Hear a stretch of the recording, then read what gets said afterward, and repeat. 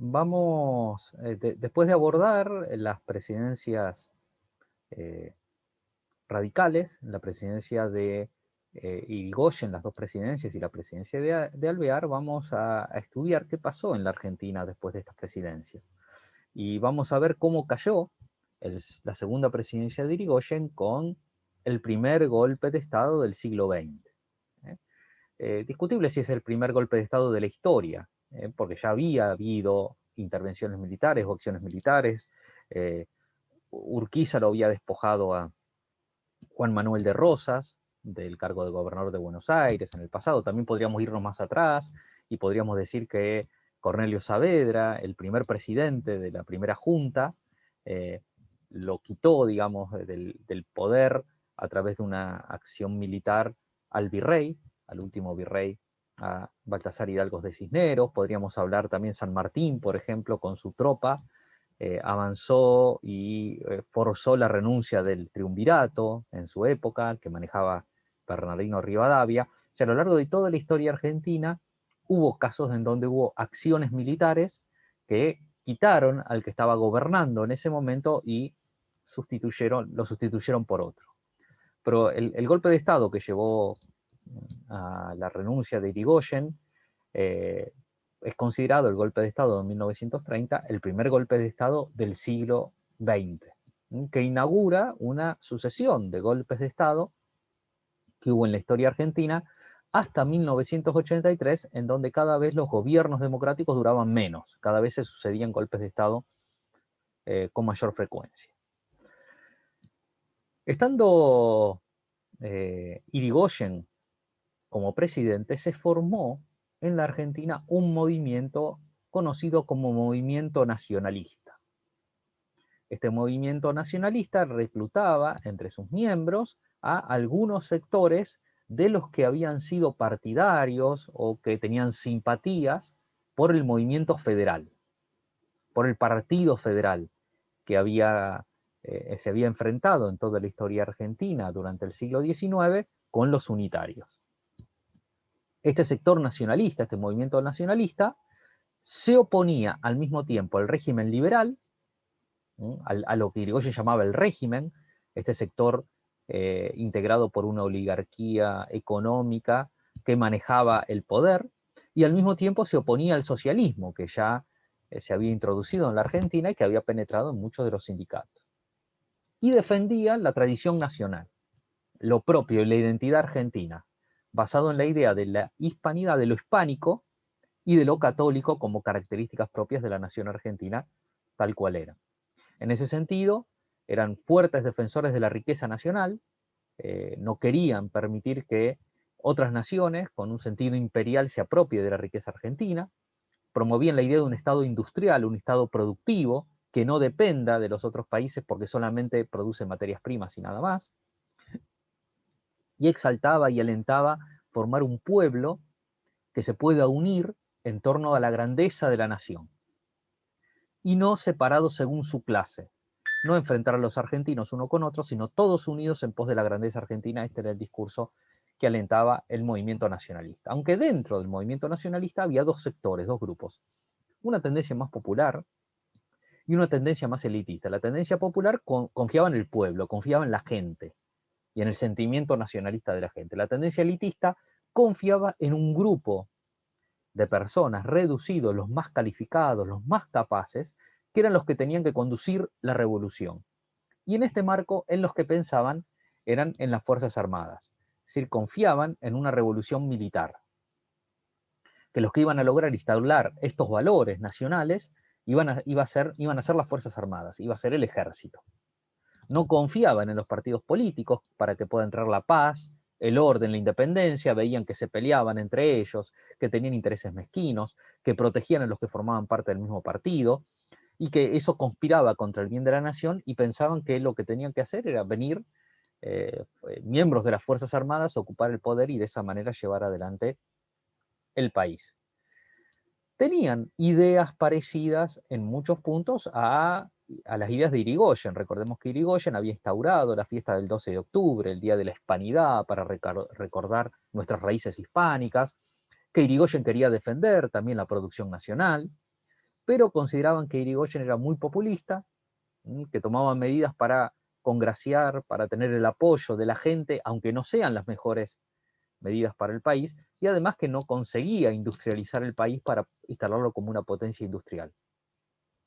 Eso hizo que este movimiento nacionalista se aliara, se acercara a la oposición de Irigoyen, en donde había sectores de la oligarquía, y entonces se desneutralizó en gran medida, perdió o no mantuvo fielmente estos ideales. Uno de los grandes inspiradores de este movimiento nacionalista fue un poeta argentino, un escritor, Leopoldo Lugones, que nació en Córdoba y murió en Buenos Aires. Si nosotros vemos el título de sus libros, nos damos cuenta de las ideas de Lugones. La patria fuerte, la grande Argentina, a los gauchos.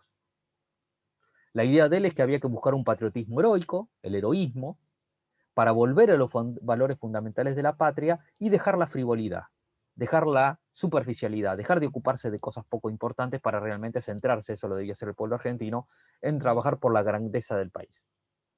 Le pasó, como le pasó también a otros líderes nacionales que estaban muy, digamos, preocupados por la grandeza del país, que cuando vio lo que pasaba de ver realidad del país y cómo los líderes en los cuales habían confiado después traicionaban los ideales que habían sustentado, se decepcionó y terminó suicidándose, Lugones.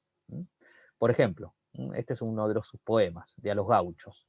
Raza valerosa y dura que con pujanza silvestre dio a la patria en garbo ecuestre su primitiva escultura.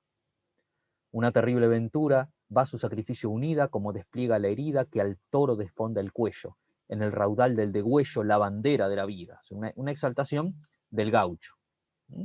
En otra de sus obras, El payador, él dice, desde Aristóteles hasta Renan, demuestra que los mejores gobiernos suelen ser las oligarquías inteligentes. Esta idea elitista, de un grupo inteligente, capaz, que es el que va a resolver los destinos del país. Ello no disculpa, por lo demás, ninguno de sus errores, entre los cuales fuera la extinción del gaucho, elemento precioso de la nacionalidad. Lugones le reprocha a la oligarquía argentina haberse enfrentado con el gaucho, haberse enfrentado con la identidad nacional, en lugar de haber conducido el país hacia su grandeza. Y en un discurso de 1924, él anuncia lo que va a ser su propuesta y que en última instancia parte de este movimiento va a canalizar en 1930 con el golpe de Estado. Ha sonado otra vez para bien del mundo la hora de la espada.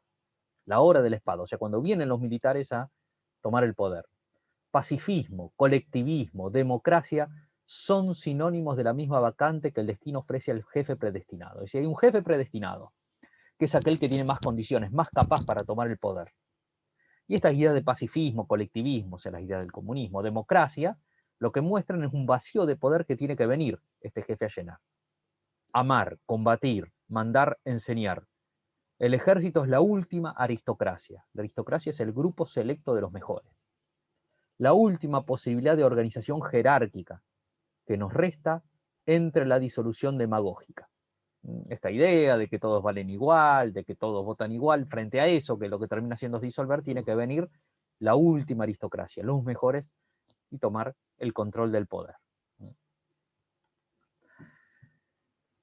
Acompañando estas ideas, en 1930, el general Félix Uriburu, acompañado por un pelotón integrado principalmente con cadetes de la escuela militar, que seguramente le iban a ser fieles porque eran cadetes, se dirige hacia la Casa de Gobierno.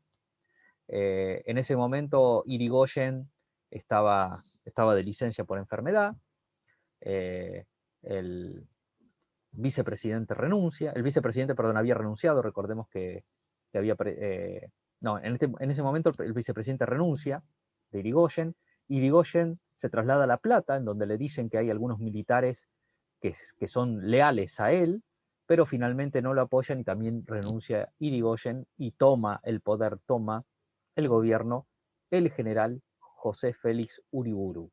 Toma la presidencia, aunque se lo conoce como presidencia de facto, para distinguir de las presidencias de iure. Durante todo el siglo XX nosotros vamos a asistir, vamos a acompañar, vamos a ver presidentes de facto. De facto quiere decir de hecho. Son presidentes que no fueron elegidos presidentes de acuerdo a la Constitución.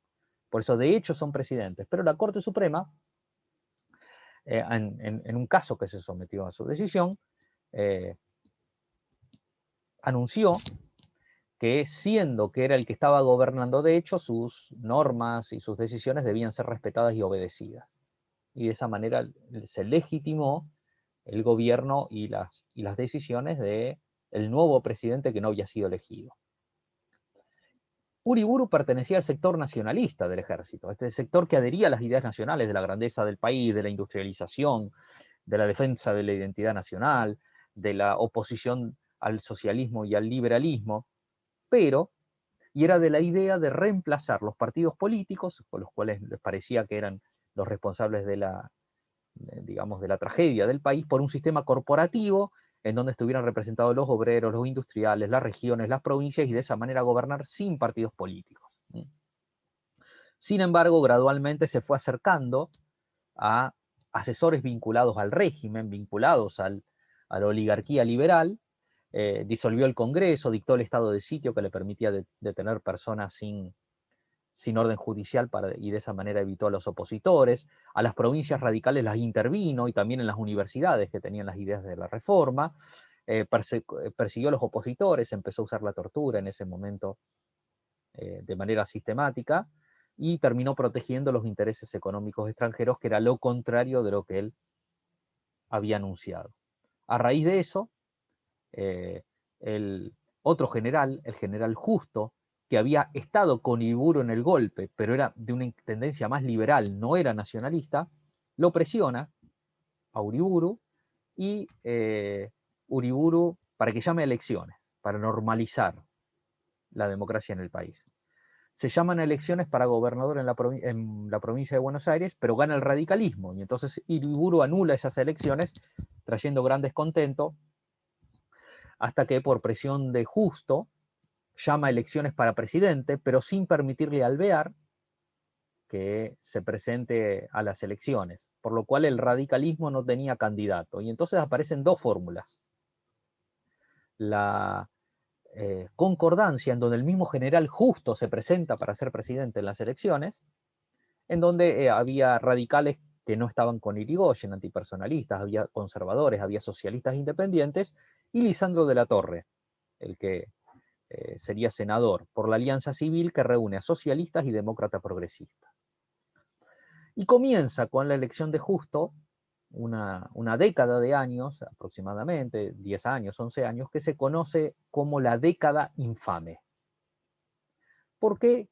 Porque fueron aproximadamente 10 años en donde, a través de fraude, a través de trampa en las elecciones, consigue de nuevo un grupo reducido, que en este caso va a estar conducido por Justo, sucederse en el poder, con la justificación de que era la única manera de que la chusma, de que el pueblo inculto tome el poder, como había sido durante Irigoyen, y traiga al país de nuevo al caos. Era necesario hacer fraude patriótico, o sea, hacer trampa al servicio de la patria, para que no ganen las elecciones lo que la gente quería, porque la gente elegía mal, elegía líderes, a caudillos que creían el fracaso del país. Esta década infame estuvo caracterizada por el fraude y la corrupción, muy similar a lo que había ocurrido con el régimen de Irigoyen. También se le llama a este periodo el orden conservador. Conservar quiere decir mantener lo que había antes.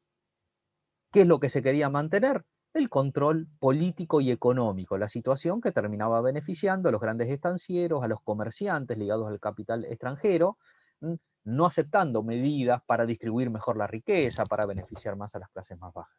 Por eso se le llamó a este periodo la década infame o el orden conservador, en donde se empezó a generalizar algo que el día de hoy no nos choca nada, que es, digamos, la burla o el rechazo a la clase política, considerando, bueno, que es una corrupción que a través del fraude siguen ganando las elecciones para beneficiarse de ellos. Por ejemplo, este es un poema de Roberto Arlt llamado Aspiro a ser diputado, que se publicó durante esta época.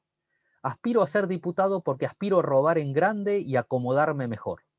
Mi finalidad no es salvar al país de la ruina en la que lo han hundido las anteriores administraciones de compinches, sinvergüenzas. No, señores, no es ese mi elemental propósito, sino que, íntima y ardorosamente, deseo contribuir al saqueo con que se vacían las arcas del Estado, aspiración noble, que ustedes tienen que comprender, es la más intensa y efectiva que guarda el corazón de todo hombre que se presenta candidato a diputado. Robar no es fácil, señores. Para robar se necesitan determinadas condiciones que creo no tienen mis rivales. Ante todo, se necesita ser un cínico perfecto y yo lo soy. No lo duden, señores. Bueno, y así continúa el poema Aspiro a ser diputado. Frutos de estas elecciones, triunfa Agustín Justo, con fraude. Nombra ministros vinculados al régimen, pero inicia una política económica de intervención del Estado para tratar de superar la crisis de 1930. Teníamos un problema muy serio, que era que el 90% de las exportaciones argentinas iban a Inglaterra, e Inglaterra por la crisis solamente le compraba a países británicos.